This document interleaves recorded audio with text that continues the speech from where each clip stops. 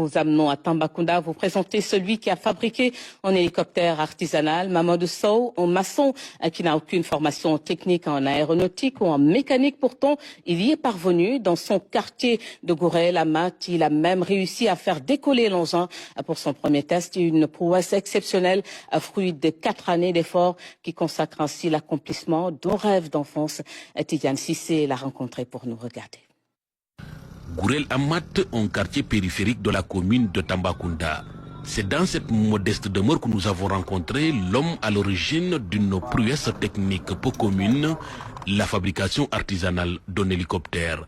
L'aventure a démarré en 2019.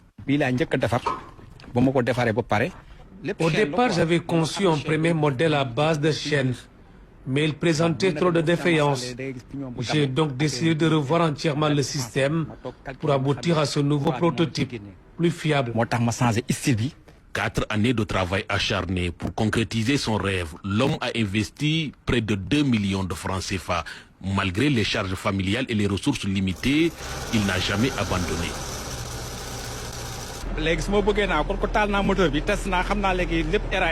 Pour le décollage, j'éteins d'abord le moteur afin d'activer les pales, puis je redémarre l'appareil. C'est ce processus qui permet de prendre l'air. L'hélicoptère est équipé de 2 réservoirs d'une capacité totale de 70 litres, ce qui offre une autonomie d'environ 2 heures de vol. 200 et quelques kilomètres. Il est né ici, grandi ici. Hein? Il a réalisé ce projet dans sa localité. Pourquoi pas l'État le soutienne, renforcer un peu ses capacités et venir aussi s'investir dans le pays.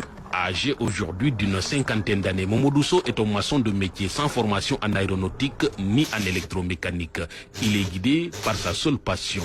Mais son parcours aujourd'hui force l'admiration et le respect. Depuis mon plus jeune âge, je me rendais souvent au camp militaire pour observer les hélicoptères. Au cinéma aussi, je m'intéressais particulièrement à ces appareils que j'analysais dans les moindres détails pour m'en inspirer. La nuit, je dors très peu. C'est souvent à ce moment-là que les idées me viennent.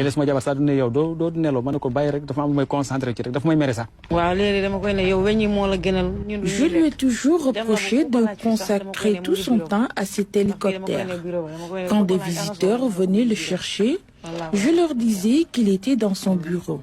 Il faisait des voiturettes, et je jouais avec. Ça fait plus de 40 ans. Je peux dire, c'est un don. Il n'a pas de métier. Il n'a pas fait de formation et ses études aussi c'est limité. L'handicap c'est quoi? C'est les moyens. Il y a 5 jours, l'homme a même franchi une étape décisive avec ce premier test en vol de son hélicoptère. Un essai concluant qui révèle au grand jour son projet et couronne 1460 jours de persévérance.